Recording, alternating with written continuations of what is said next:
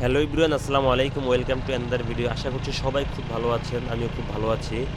অনেকদিন ধরে কোনো ট্যুরের ভিডিও দেওয়া হয় না। তো কিছুদিন আগে আমি চাঁদপুর গিয়েছিলাম। চাঁদপুরে ধারাবাহিক ভিডিও আসবে ইনশাল্লাহ, প্রতিদিন ইনশাল্লাহ। তো চাঁদপুরে ধারাবাহিক ভিডিওর প্রথম দিন আজ।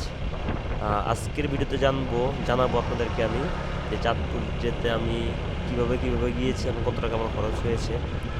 সর্বপ্রথম বাড়ি থেকে রওনা দিয়ে আমি গিয়েছি পেট্রোল তেল পাম্পে। সেখান থেকে যে 5টা তেল নিয়েছি, 5টা তেল নিয়ে চলে আসলাম ইলিশা ফেরিঘাটে। সেখান থেকে লঞ্চে চড়বো।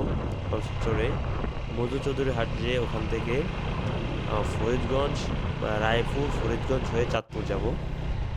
তো আমি সবাইকে, যারা বাইকার ভাই তাদের সবাইকে বলবো, যদি আপনারা ট্যুরের প্ল্যান করেন কখনো লঞ্চ দিয়ে যাতায়াত না করে লঞ্চ ছাড়া বিকল্প যদি ফেরি থাকে সেখান দিয়ে যাতায়াত করার জন্য আমি সবাইকে বলবো। কারণ কি, লঞ্চে উঠাতে এবং নামাতে এবং লঞ্চ ভাড়া আপনার ট্যুরের অর্ধেক টাকা চলে যাবে। যেমন আমি আজকে আমার কথা বলি, আজকে আমার লঞ্চে উঠাতে 200 টাকা লেগেছে, লঞ্চ ভাড়া 200 টাকা এবং নামাতে 200 টাকা লাগছে।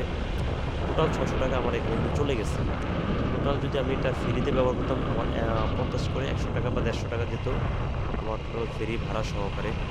অর্থাৎ এই বিষয়টাকে আমি সবাইকে বলবো যে আপনারা এইভাবে দিলে খুব সুন্দর হয়, যে কিভাবে ট্যুরে গেলে কম খরচে আপনি আপনার গন্তব্যস্থানে যাওয়া যায়। তো আমরা রওনা দিয়েছি বিকাল দুপুর 1টার দিকে, কিন্তু আমাদের প্রথম লঞ্চটা মিস হয়ে আমি দ্বিতীয় লঞ্চ 3টা 10 আমাদের লঞ্চ ছেড়ে যায়। এই কারণে চাঁদপুর আস্তে আস্তে আমাদের অনেকটা সন্ধ্যা হয়ে যায়।